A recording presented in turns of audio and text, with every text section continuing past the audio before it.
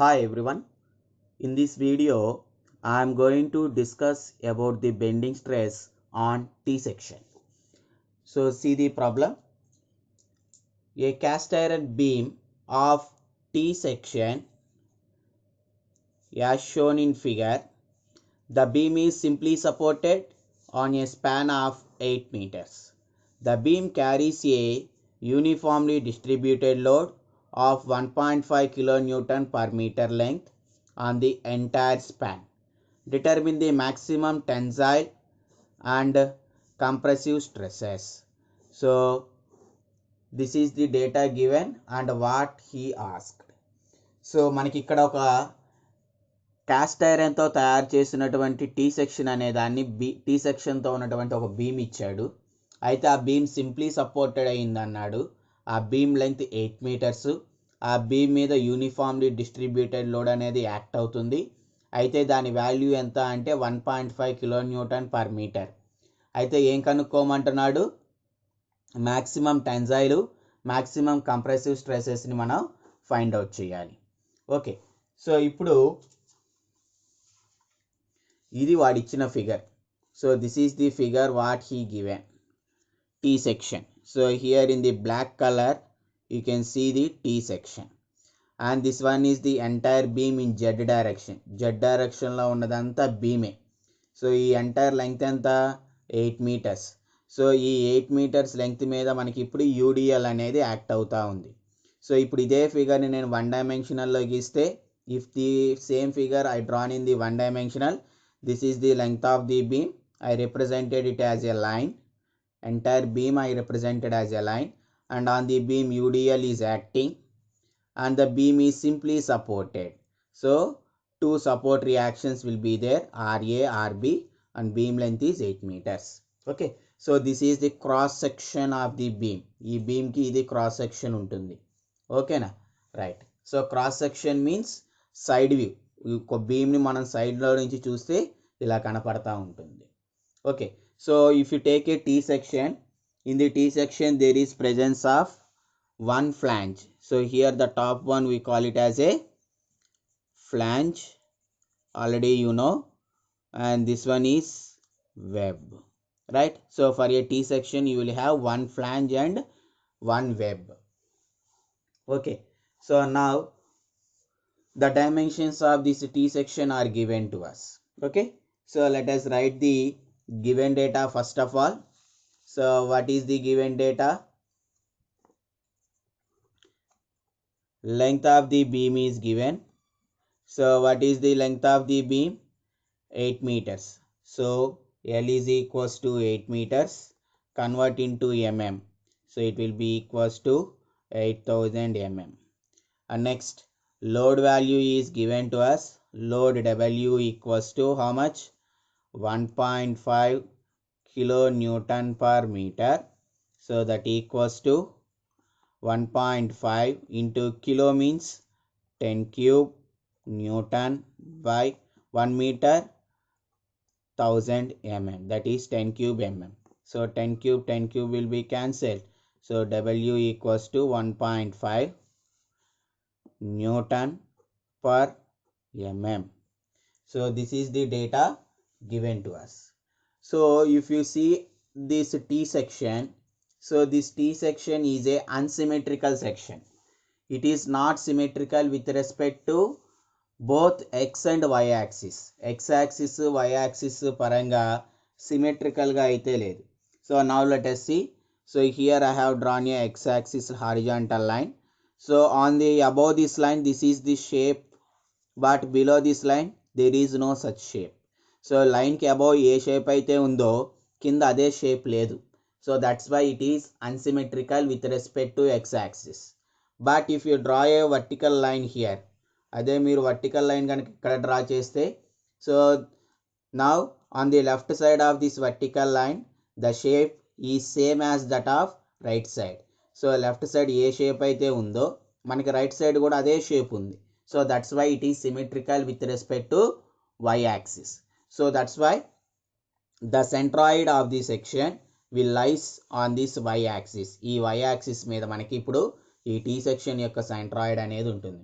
why we have to find the centroid. Centroid అనే దాన్ని ఎందుకు కనుక్కోవాలి అని అంటే the neutral layer is equals to the centroidal axis.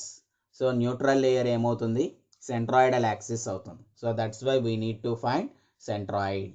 So I said the centroid will lie on this axis. So that's why we need to find on this line at what height the centroid will be there. ఇక్కడ నుంచి ఎంత హైట్లో మనకి centroid అనేది ఉంటుంది ఆ value అనేది కావాలి. లెట్ అస్ సే ఇక్కడ ఉంటుంది అనుకుంటున్నాను న్యూట్రల్ లేయర్, అయితే ఇక్కడ నుంచి ఉండే డిస్టెన్స్ని వై బార్ అని అంటాం. సో ఆ వై బార్ డిస్టెన్స్ ఎంత ఉంటుంది అనేది నాకు కావాలి ఇప్పుడు. So how to find the y bar? So y bar is equals to a1 y1 plus a2 y2 by a1 plus a2. So that equals to, so here I am dividing this T section into two parts. So already you know about this. So this one is part 1 and this one is part 2, right? So that's why I written only up to second term వరకు మాత్రమే రాశాను. So now let us find the centroid. So for the first section, area 20 into width is, depth is 80. So 20 into 80 into y1. So what is y1? In 80 what is the middle? 40. So that is 80 by 2, right? Plus a2. So it is the second section. So what is a2? Length is given as 100 mm and depth is 20 mm. So a2 will be equals to 100 into 20 and I require y2. y2 is, so for this rectangle the centroid will be in the middle of 20, right? But I require the distance from the bottom. So what is the distance from here to here? 80. 80 plus half means 10. So that is 90. So that means how we can write it? 80 plus 20 by 2 by a1 plus a2. So what is a1 value? 20 into 80 plus a2 value 100 into 20. So y bar is equals to, you will get the value as 67.77 mm. Okay, so now you got the y bar as 67.77 mm. Okay, so now let us find the moment of inertia. So why we need to find the moment of inertia? Already we know that the bending equation, that is m by I equals to sigma by y is equals to E by R. So these two values are not given. So we need to find the moment of inertia. So what is moment of inertia? I is equals to, about the centroidal axis I require. So now this is the centroidal axis, neutral layer xx, and this one is yy, right? So moment of inertia equals to moment of inertia of first section I1 plus moment of inertia of second section, that is I2. Okay, now first calculate I1. So I1 equals to, so moment of inertia of first section with respect to its own centroidal axis plus, so for this section 1 the centroid will lie at in the 80 middle. So 80 middle is 40. So here the centroid will lie for the section 1, right? It is x1 bar, right? But this is the entire T section centroidal axis. Now I require the centroid with respect to neutral axis. So these two axes are parallel. That's why we need to apply a parallel axis theorem. So already you know what is parallel axis theorem. That is IXY equals to IXX bar plus AY bar square, right? So apply this formula. What is IXX bar? That is BD cube by 12, that is B1 D1 cube by 12 plus area B1 into D1 into Y1 bar square.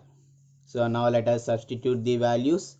B1 D1 width is 20 and depth is 80 cube by 12 plus B1 D1 20 into 80 Y1. So that is the difference between neutral axis and x1 axis. So total is 67.77 and this one is 40. So 67.77 minus 40 whole square. So that you will get I1.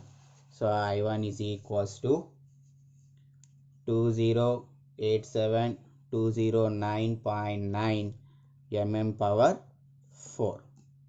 And now let us calculate I2. So I2 is equals to, so calculate the with the same thing, that is now B2 D2 cube by 12 plus B2 D2 into Y2 bar square. So now let us calculate this Y2. So for this rectangle, the centroid will lie at middle, right? So this one is 10 mm. Now I require the distance between neutral layer and this centroidal axis. So this will be Y2 bar, right? So what is this total value? This value I require. So total 100 minus 10 minus Y bar, right? So that you will get the Y2 bar. So now substitute the values. B2 value 100, D2 value 20 cube by 12 plus 100 into 20 into Y2. So 100 minus 10 minus 67.77 whole square. So then calculate I2. So I2 is equals to 1055.012.5 mm power 4. Okay. So now calculate the total moment of inertia. So I is equals to I1 plus I2, that equals to, so sum these two, ఈ రెండింటిని sum చేయండి, 2087.209.9 plus 1055.012.5. So that equals to 3142222.4 mm power 4. Okay, now let us calculate the bending moment.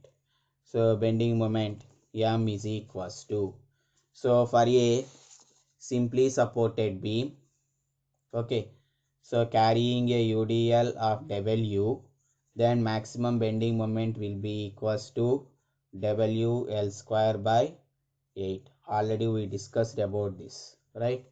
So using that formula, calculate the maximum bending moment, that equals to WL square by 8. So W is 1.5 into L value is 8000 mm square by 8. So that equals to 12 into 10 power 6 Newton mm. Okay. So now let us calculate the maximum stresses. Okay. So if you see, when a load is applied on the beam, so below the neutral layer, tensile stresses will be developed in this part, and above the neutral layer, that is in this part, the compressive stresses will be developed. So at the topmost layer, the maximum compressive stress will be there. At the bottommost layer, maximum tensile stress will be there. Okay, so now I require the distance y. So if you want maximum tensile stress, then I require the distance from neutral axis, right? So this is y t of max, distance for maximum tensile stress equals to, so this distance then equal avutundi y bar, right? It is equals to y bar. Next I require the distance for maximum compressive stress. So that is this distance. So maximum compressive stress is available at the topmost layer, and the distance from neutral axis is equals to total 100 minus y bar, right? So now we need to use these relations. So what is 100 minus y bar? It will be equals to 32.33. Okay, so it is distance for maximum compressive stress, YC max. Okay, so now let us find the stress values. So M by I is equals to, first I am finding the maximum tensile stress. So sigma T of max by YT of max. So substitute the values. M value 12 into 10 power 6 by I value 3142222.4 is equals to sigma T of max by YT of max is nothing but already we have seen. So YT of max is y bar, that is 67.77. So substitute that value 67.77. Then you will get maximum tensile stress. So that will be equals to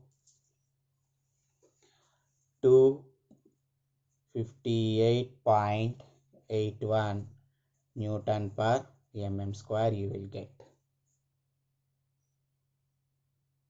Next, I require maximum compressive stress. So M by I equals to sigma C of max by YC of max, that is equals to 12 into 10 power 6 by 3142222.4 equals to sigma C of max by what is a YC max. So already we have taken YC max.